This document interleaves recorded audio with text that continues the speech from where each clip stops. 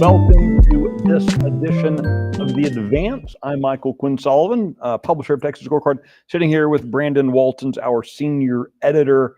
So what do we want to talk about today, Brandon? Not much going on, right? Not much going on in the Texas political landscape, other than, of course, go figure, Texas Democrats in the House have indeed fled the state for Illinois, and some of them are some other places as well. We'll talk about that, in order to stop a redistricting plan that actually they were slated to vote on this afternoon. Right. Okay. So earlier, you and I were sitting in your office, and you described this quorum bust as a slow motion train wreck because, I'll let you explain why it fits that category. You think back to 4 years ago, whenever Democrats left, that time it was for election integrity bill. And in that case, sure, there's always mumblings. I mean, I think during any kind of special session, there's talk, will they break quorum? But that was a little bit more of a surprise. I remember people being sort of shocked when they got the news that, Democrats are leaving, they're going to Washington, D.C., there's been a quorum break. In this situation, this had been talked about for weeks prior, and not just by people like us that are, watching and reporting on this, but also by the Democrats themselves. I mean, the day that the special session started, just a couple of weeks ago, you had Jean Wu, the head of the House Democrat caucus, saying that, they might break quorum. And since then, you've had this steady drumbeat of them saying, we're going to leave that option on the table. Well, it seemed almost inevitable by the point it got to this weekend, especially on Saturday when you had finally that calendar being put out saying, okay, we're gonna put these redistricting maps that would ultimately give Republicans up to 5 new congressional seats in Texas. We're going to put them on the calendar for Monday. I guess that was the point whenever Democrats decided to pull the trigger and get out of here. I think what's fascinating to me is these cats want credit for fighting for their constituents, fighting for democracy, whatever it is their talking point is. In fact, there are any number of issues far more important to normal Texans that a reasonable person, a reasonable liberal, a reasonable progressive, there is such a thing, where they could say, this is a threat and a danger.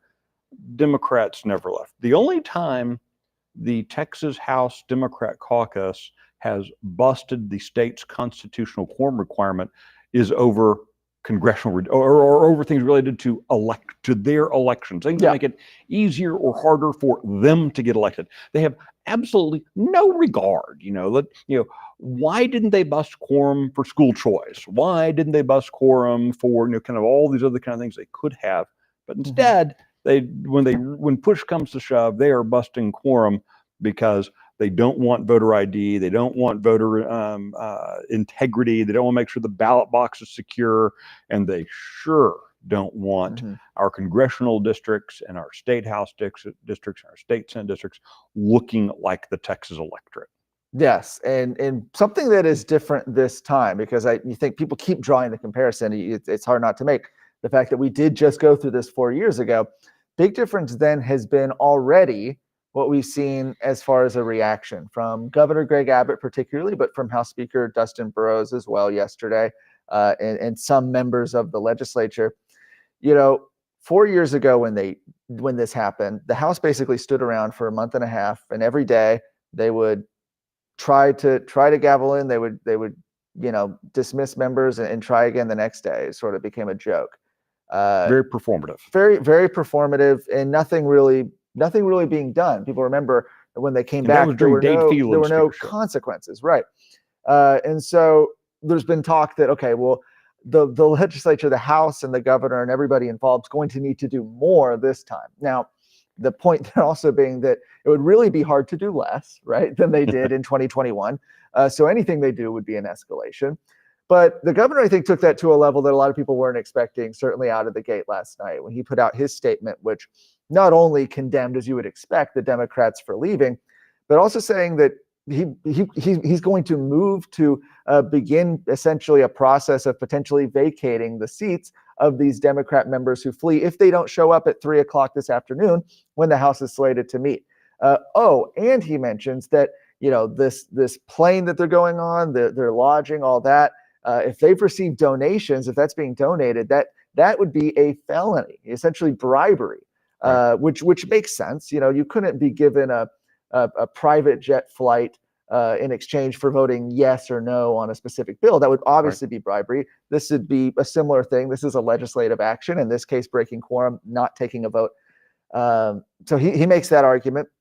Now, whether or not this actually comes into play, we'll see. We'll have to find out kind of more in a few hours, as well as some of these things hinge on what a court will or won't say. But I think it is certainly refreshing and certainly a big change from 4 years ago that we have already seen this kind of reaction from the governor, and we'll see what other punishments there are. Again, there's a $500 a day fine per member that's been put into the House rules.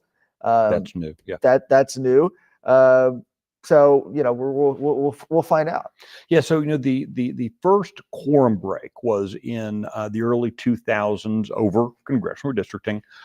Then again, you have it in 2021 over election integrity. This time you have it again over congressional district lines. What was striking 4 years ago compared to today. Today you've got them, a small contingent of them went to New York. I guess they wanted to, have cooler weather. 30 some of them apparently are in Chicago. They feel more comfortable in a place where there's a lot of crime and corruption. So, I think that, but in each of those places, Governor Hochul from New York and Governor Pritzker from Illinois standing proudly with them. Contrast that with 4 years ago when no one wanted to meet with the Democrats when they fled over redistricting. In part, I think, because the Democrats nationally understood it was a bad look. This time around, this is an existential threat to the Democratic Party. If Republicans start engaging in redistricting the way Democrats have been, and let's be very clear, Texas is doing nothing unique here. I pulled down the numbers. In Illinois, that's Governor Pritzker, Republicans get about 45% of the statewide vote, but they have only 15% of the congressional seats. In New York, that's Kathy Hochul, Republicans get about, again, 43% of the statewide vote, but they have 28% of the congressional seats. In California, Republicans get 40 to 45% of the statewide vote, and they got just 20% of the congressional seats. All those, the legislatures in those states draw the lines to ensure there is a partisan outcome. Texas is just historically, Texas has kept the lines somewhere around the congressional, the statewide turnout, kept those congressional lines around the statewide turnout. Now Texas is doing these other states doing, and these states don't like it. They don't like Republicans fighting back. Well, and not only that, but you have the governors of these states threatening that maybe they're going to redraw their districts, right? In order to give Democrats a better advantage and offset Texas's gains. Which, a lot of people look at these maps and say, like, well, good luck. I mean, they're already, as you pointed out, you look at those numbers, those maps are already pretty optimized for maximizing Democrat representation in those states. So pretty tough for them to do that.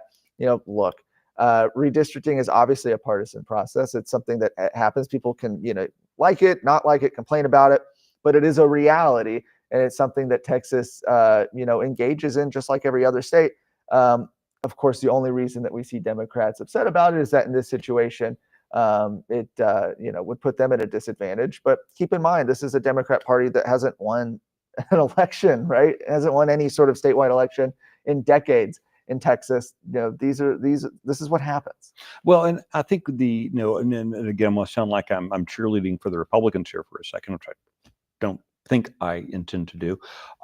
But take a look at the maps, the current congressional maps. I'd challenge anyone to go take a look at the current congressional map in Texas, and you have the weirdest looking districts for Democrats designed to produce Democrat legislators.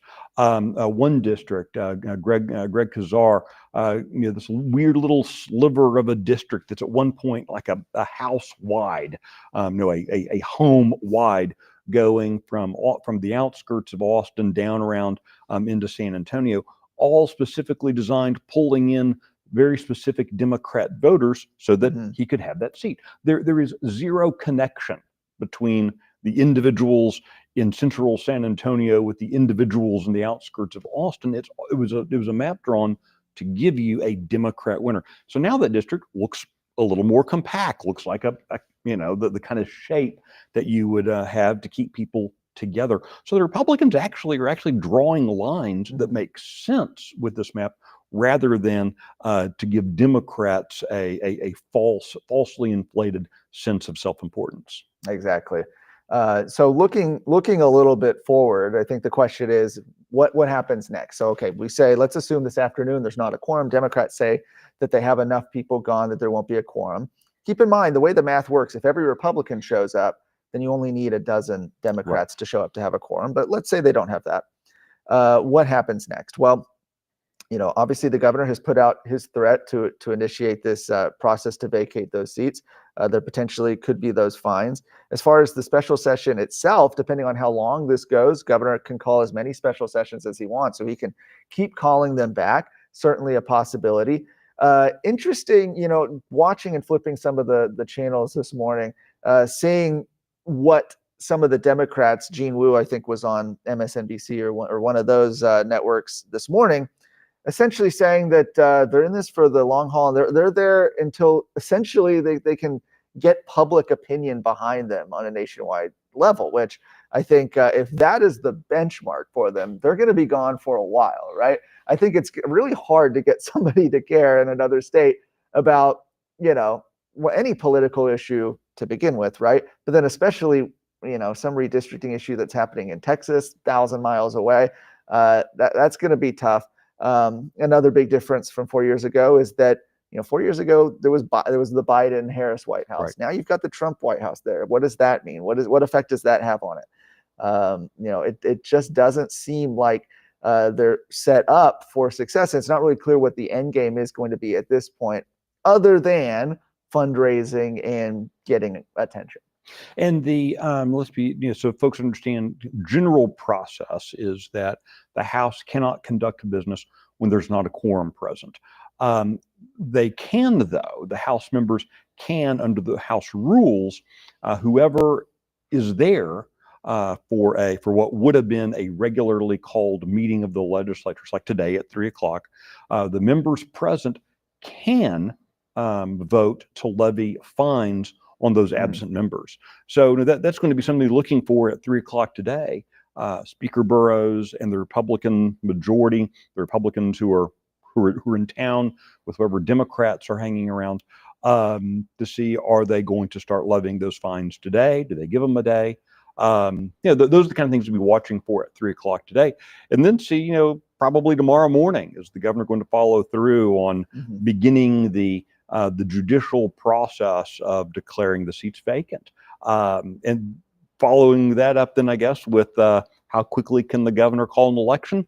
We have a declared state of emergency because of the flooding from July 4th, which triggers all sorts of provisions, because of course on this call is legislation relating to that statewide state emergency, which means the governor has a lot more tools for calling quick elections. So those Governor Pritzker so happily having 31 members of the Texas House hanging out in Springfield or wherever they are, he may have 31 former members of the Texas House hanging out if he's not too careful. Yes, we'll see how long they go for there. I think before we wrap up, and I'm going to head over to the Capitol, I assume there'll be some extra parking spots maybe today. Maybe today. Parking will be a little easier.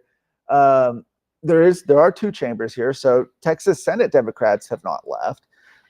And you do have some action happening in the Senate. Currently right now, the State Affairs Committee is meeting. They're talking about the women's privacy bill, which is something that Governor Abbott put on the call. At this point, if Democrats are saying that they're going to, that they're in this for the long haul, and that the special session is essentially over, then remains to be seen how much the Senate is willing to do right now, if it essentially means that anything they send over is dead. So there's a lot of questions there about what exactly the Senate will be doing during this time. But for right now, this is a problem that's pretty localized to the House, and that's where a lot of the attention is going to be. All right. Well, thanks for joining us on this edition of The Advance. We look forward to seeing you next Monday.